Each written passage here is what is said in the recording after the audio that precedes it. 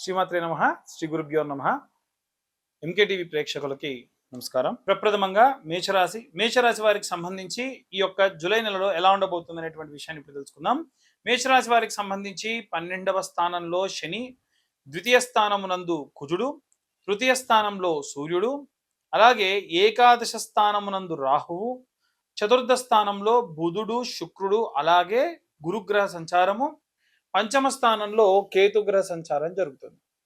ఈ గ్రహ సంచారాల్లో భాగంగా మనకు 12వ స్థానంలో శనిగ్రహ సంచారం చేస్తున్న కారణం చేత విశేషమైనటువంటి డబ్బు అనేటువంటిది కొన్ని కారణాల వల్ల ఖర్చు అవుతూ ఉంటుంది. ముఖ్యంగా ఇంట్లో ఏదైనా సరే ఆడంబరాల కోసం ఆడవాళ్ళు ఖర్చు పెట్టడము, లేకపోతే ఇంటికి సంబంధించి ఏదైనా మరమ్మతులు చేయించే క్రమంలో డబ్బులు ఖర్చు అవ్వడము, విద్యార్థులకైతేనేమో ఏదో ఒక రకమైనటువంటి వస్తువులు, లేకుంటే స్కూల్కి సంబంధించి, కాలేజ్కి సంబంధించి బుక్స్ కానివ్వండి, కాలేజ్ బస్సులకు కానివ్వండి, వీటి కోసం డబ్బులు ఖర్చు అయ్యేటువంటి అవకాశం జూలై నెలలో ఎక్కువగా గోచరిస్తుంది.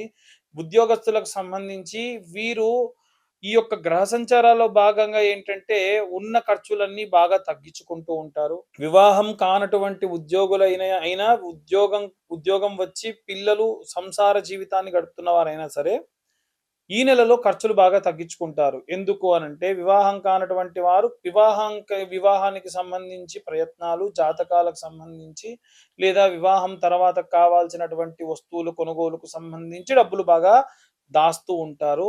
వివాహమైనటువంటి వాళ్ళు పిల్లలు, కుటుంబము వాటి కోసం డబ్బులు బాగా దాస్తారు. దాయడం కామన్. కానీ ఇక్కడ వచ్చింది ఏంటంటే వాళ్ళు డబ్బులు దాచే క్రమంలో వారికి ఉన్న కోరికల్ని కూడా దిగమింగుకుంటూ ఉంటారు. వారు ఏదైనా కొనుక్కోవాలనుకున్నా, ఏదైనా తినాలనుకున్నా సరే వాళ్ళు బాగా కంట్రోల్డ్గా ఉండేటువంటి అవకాశం ఉంటుంది. కాబట్టి ద్వితీయంలో ఉన్నటువంటి కుజుడు వీరికి ఉన్నటువంటి స్థిరాస్తికి సంబంధించి ఏదైనా సరే ఒక పని గురించి కొన్ని రోజులు సెలవు పెట్టుకొని వెళ్ళేట్టుగా చేస్తూ ఉంటుంది. తృతీయంలో ఉన్నటువంటి సూర్యుడు ఏంటంటే ప్రభుత్వ ఉద్యోగస్తులకు కానివ్వండి, అలాగే ఏదైనా సరే రాజకీయాల్లో ఉన్నటువంటి వాళ్ళు కానివ్వండి, టీమ్ లీడర్స్గా ఉన్నటువంటి వాళ్ళకు సంబంధించి కాస్త అనుకూలమైనటువంటి స్థితికి ఉంటారు. వీరు ఎక్స్పెక్ట్ చేసిన దానికంటే మంచి పరిణామాలే గోచరిస్తూ ఉన్నాయి.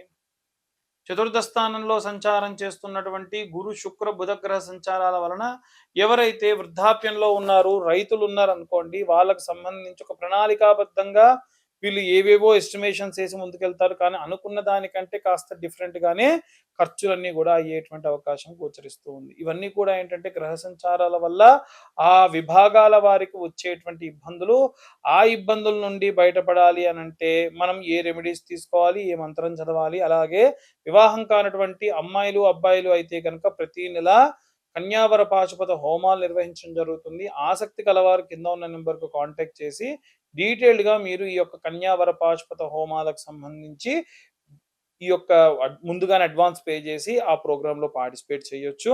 అలాగే ఈ రెమెడీస్ ఏం చేయాలి, ఏ మంత్రం చదవాలనేటువంటి విషయాలను ఇప్పుడు మనం తెలుసుకుందాం. ఇప్పటి వరకు మనం ఈ రాశి వాళ్ళకు సంబంధించి ఎలా ఉండబోతుంది గ్రహ సంచారాల గురించి మాట్లాడుకున్నాం. వాటి యొక్క ప్రతికూల పరిస్థితులు, అనుకూల పరిస్థితుల గురించి కూడా తెలుసుకున్నాం. ఇప్పుడు మనకి ఈ యొక్క రాశి వారికి ఏ మంత్రం చదవాలి, ఏ రెమెడీస్ తీసుకోవాలి అనేటువంటి విషయాన్ని ఇప్పుడు తెలుసుకుందాం. ముఖ్యంగా విద్యార్థి దశలో ఉన్నటువంటి వాళ్ళు ఎవరైతే ఉంటారో విశేషంగా ఆంజనేయ స్వామికి ఆరాధన చేయండి. విద్యార్థులు, గృహిణులు, ఉద్యోగస్తులు వీళ్ళందరూ కూడా. అందులో ముఖ్యంగా ఏంటంటే వీలైతే శనివారం లేదా మంగళవారం నాడు ఈ నెల మొత్తంలో 1000 సార్లు పూర్తవ్వాలి. చేసినప్పుడల్లా కనీసం మనం ఒక 100 సార్లు ఇప్పుడు నేను చెప్పేది చేయాలి. ఏమిటి అనంటే ఒక పేపర్ మీద శ్రీరామ అని రాసి ఆ పేపర్లోనే కింద మీ యొక్క కోరికను కోరుకొని, అంటే కోరికను కూడా రాసి సూది దారంతో లేకపోతే మామూలుగా పూలల్లినట్టుగా ఒక 100 సార్లు రాసినటువంటి పేపర్లని అల్లి ఒక దండలా చేసి ఆంజనేయ స్వామి మెడలో వేయండి. దాని వలన విశేషమైనటువంటి విద్య, ఉద్యోగ, గృహ సంబంధించినటువంటి అనుకూల పరిస్థితులు ఉంటాయి. ఎందుకంటే ఆంజనేయ స్వామి వారికి రామనామం పలికి ఆయన మెడలో మీరు వేసేటువంటి కోరిక ఈజీగా తీరుతుంది. అట్లని 100 కోరికలు రాయకండి. వీలైనంత వరకు ఆ 100 కూడా ఒకే రకమైన కోరిక రాయండి. కుటుంబంలో నలుగురు ఉంటే నలుగురు వారి వారి కోరికల్ని ఆ శ్రీరామ అనే దాని కింద ఎవరి కోరిక వారు రాయొచ్చు. ఇలా రాసి ఈ 108 పేపర్లని కూడా ఒక పూలు ఎలా అయితే అల్లుతారో అలా అల్లండి. వ్యాపారస్తులు ఎవరైతే ఉంటారో మీ వ్యాపార స్థలంలో అమావాస్యకి కూడా పసుపు కొమ్ములతోని దండల అల్లినటువంటి ఆ యొక్క దండని అమ్మవారి మెడలో వేయండి. జనాలు ఎవరైనా సరే మీ షాప్లోకి రాగానే అమ్మవారు కనిపించాలి. అలాగే జనాకర్షణ యంత్రము అని ఉంటుంది, లేదా నరఘోష యంత్రం అని ఉంటుంది. వ్యాపారం బాగా కొనసాగేటువంటి వాళ్ళు ఎవరన్నా ఉంటే వారు దిష్టి తగులుతుంది అనుకుంటే నరఘోష యంత్రాన్ని పెట్టుకోవాలి. ఎవరైనా సరే ఒకవేళ ఈ వ్యాపారం బాగా సాగట్లేదు అనుకుంటే గనక ఈ యొక్క జనాకర్షణ యంత్రం పెట్టుకోవాలి. ఆ యంత్రానికి సంబంధించి కింద ఉన్న నెంబర్కు కాంటాక్ట్ చేయండి. నేనే స్వయంగా పూజలో పెట్టి సంపాదితాద్యంలో వేసింది మీకు పంపిస్తాను. ఇక రాజకీయ నాయకులు ఎవరన్నా ఉంటే గనక ప్రతి నెల రాజశ్యామల అమ్మవారికి సంబంధించినటువంటి యాగం చేసేటువంటి క్రమంలో ఉంది. ఆ యొక్క యాగంలో పాల్గొనాలి అనుకుంటే కింద ఉన్న నెంబర్కు కాంటాక్ట్ చేయొచ్చు. రాజశ్యామల అమ్మవారికి అభిషేకము, అమ్మవారికి చీర వస్త్రాలు ధరింపచేసి అక్కడ అమ్మవారి దగ్గర ఆచ్ఛాదన చేసినటువంటి ఆ యొక్క ఆ చీరని అలాగే ఆ యొక్క వస్త్రములను మీరు స్వీకరించి హోమంలో పాల్గొనడం వల్ల విశేషమైనటువంటి సత్ఫలితాలు పొందవచ్చు.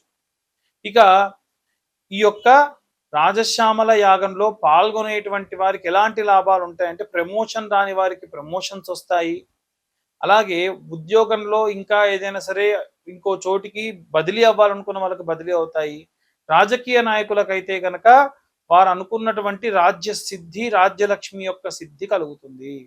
కాబట్టి దానికోసం ఈ రాజశ్యామల యాగం అనేటువంటిది సహాయపడుతుంది. అలాగే ఎవరైతే ఈ యొక్క రైతులు ఉంటారో వాళ్ళు అంతకు మునుపు నెలలో నేను చెప్పింది మీకు చాలా సులువుగా, మీరంతా మట్టికి చాలా దగ్గరగా ఉంటారు కాబట్టి జంటనాగులు ఉన్నటువంటి దేవాలయంలో అభిషేకం చేసి ఆ అభిషేకం చేసినటువంటి నీరు కానీ పాలు కానీ ఎక్కడైతే మట్టిలోకి వెళ్తాయో ఆ మట్టి అంతటిని కూడా తీసుకొని వాటిని తీసుకొని వెళ్ళి మీ యొక్క పొలాల్లో చల్లుకోవడం మంచిది. మీ పొలంలో నైరుతి భాగంలో గుమ్మడి పండు అలాగే నిమ్మకాయ పోసి పెట్టండి. పసుపు కుంకుమ వేసే పని లేదు. దీని వలన భూమికి సంబంధించి సారము చాలా అద్భుతంగా పెరుగుతుంది. ఆరోగ్యం బాలేకుండా ఉన్నటువంటి వృద్ధాప్యంలో ఉన్నటువంటి వాళ్ళు ఎవరైనా సరే ప్రతి నిత్యము కూడా సాయంత్రము కాలభైరవాష్టకాన్ని చదవడం మంచిది. దీని వలన విశేషమైనటువంటి మంచి సత్ఫలితాలు పొందుతారు. వీలైనంత వరకు ప్రతి నెల కూడా నాకు వీలైనంత వరకు ఎక్కడెక్కడ ఎవరెవరు ఎలాంటి గురువులు ఏదైనా ఏం చెబుతున్నారు, ఏ పీఠాధిపతులు ఏవి చెబుతున్నారు, మనం జనాలకు ఎంత వీలైతే అంత ఈ రెమెడీస్ని తీసుకెళ్ళాలి అని అనుకుంటూ ఉన్నాము. అవన్నీ కూడా మీకు చెప్పడం జరుగుతూ ఉంది. కాబట్టే వీలైనంత వరకు నా ప్రయత్నం నేను చేస్తూ ఉన్నా. మనం దైవిక ప్రయత్నం, మానవ ప్రయత్నం చేయాలి. తర్వాతకి భగవంతుడా అనాలి. షడ్యమం మానవ ప్రయత్నం, సప్తమం దేవచింతనం. అలాగే జాతకం కోసం చూసేటువంటి వాళ్ళు ఎవరైతే ఉంటారో 120, 150 పేజీల జాతకాన్ని పూర్తిగా డీటెయిల్డ్గా ఒక పీడిఎఫ్ రూపంలో మీకు ఇస్తాను. మీతో డీటెయిల్గా మాట్లాడతాను.